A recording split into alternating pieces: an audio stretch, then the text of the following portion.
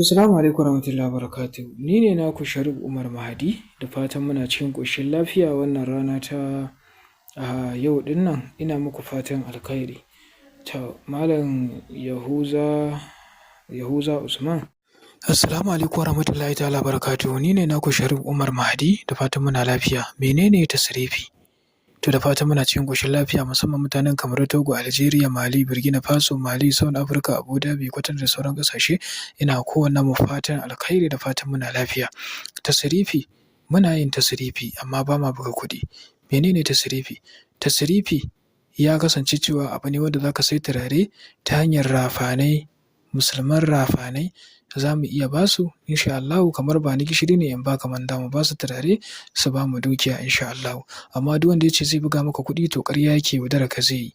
Sannan ka kira mutum ku yi magana da shi, ka bi shi ta WhatsApp ya tura maka da bidiyon da yake aiki da kuma inda yake aiki da kuma sunanka da komai da komai da kwanan wata a time ɗin da kai masa aiki da sauransu, domin samun tabbaci. Wannan shi ne ake kira da yadda.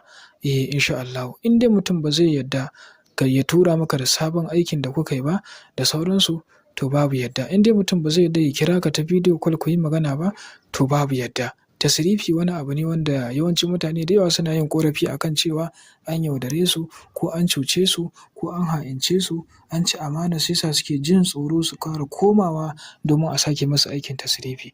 To amma duk abin da za a ce maka za a yanka dabba ko jinin wani abu za a haɗa da shi a yi maka aikin tasrifi, a buga maka kuɗi, to ƙarya ne.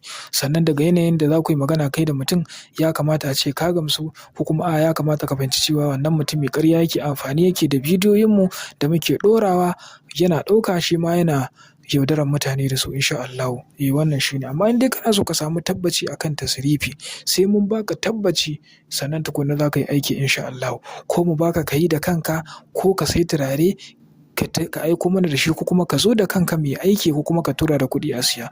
Aikin tasrifi aiki ne wanda baya wuce minti 10, minti 5, minti 15 an kammala. Amma duk wanda ya ce ma za a ɗauki kwana 21 ko wata ɗaya ko sama da haka ko ƙasa da haka, to magana ta gaskiya ƙarya yake yi, cutar ka zai yi. Aikin tasrifi baya ɓata lokaci insha Allahu. Ga duk masu buƙatar aikin mu na tasrifi insha Allahu, sai mun baka tabbaci tukunna insha Allahu za ka tura da kuɗinka insha Allahu, ko kuma ka zo da kanka a yi aiki a buga kuɗi.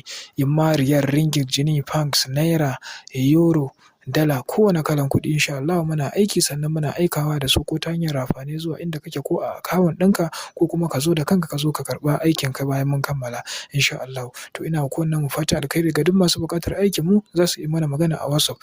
In kai magana a wannan WhatsApp ɗin, a wannan number ka ji ba amsa ba, sai kai magana a wannan, ta yiwu ana cikin hidindimu insha Allahu. Kira ko WhatsApp number. Ina muku fatan alkhairi. Kada a manta a yi liking, a yi sharing insha Allah, a yi mu subscribing insha Allah, domin samun sabbin ayyukanmu na mallaka da sauran ayyuka. Bissalam.